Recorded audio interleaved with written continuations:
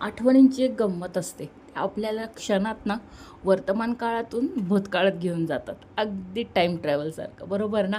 चला, हर हर महादेव. खूप दिवसांनी आज व्हिडिओ पोस्ट करते आहे. तर आज मी एक भन्नाट रेसिपी केली होती. तुम्हाला सगळ्यांना माहितीच आहे. त्याच्यामुळं फक्त रेसिपी शेअर करते, डिटेल्स काही सांगत नाही आहे. पण ही रेसिपी आहे ना, माझी चाइल्डहूड रेसिपी आहे. जेव्हा आम्ही स्कूलमध्ये असं होतो ना, त्यावेळेस संध्याकाळ आमची दुपारची शाळा असायची 12 ते 5. संध्याकाळी सुटलो की घरी यायचो 5:30-6 वाजता चालत. आणि मला आल्यानंतर ना खूप भूक लागलेली असायची. आणि आई आम्हाला नेहमीच ठरलेलं तेच चहा खारी, चहा पोळी, चिवडा, लाडू, बिस्किट हे सगळं खायला कंटाळा यायचा. काहीतरी चटपटीत खावं असं वाटायचं. मग करणार काय? पण माझ्या वडिलांना ना बाहेरचं खाल्लेलं आवडायचं नाही अजिबात.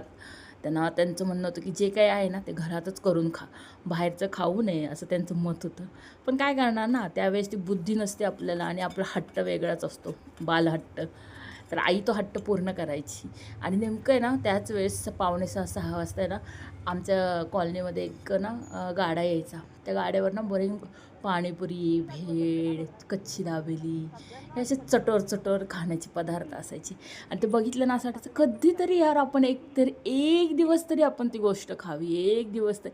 आणि एकदा ना मी आणि बहिणीने असं रडून गोंधळ घातला आणि शेवटी आईकडून ती कच्ची दाबेली घेतलीच.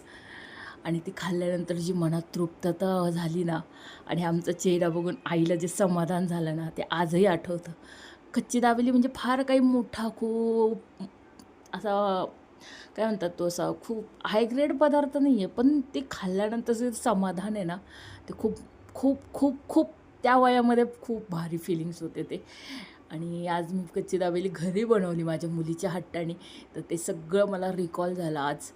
तर काही काही वस्तू पदार्थ हे आपल्याला ना भूतकाळात नक्कीच घेऊन जातात. लाईक करा, सबस्क्राईब करा. बाय.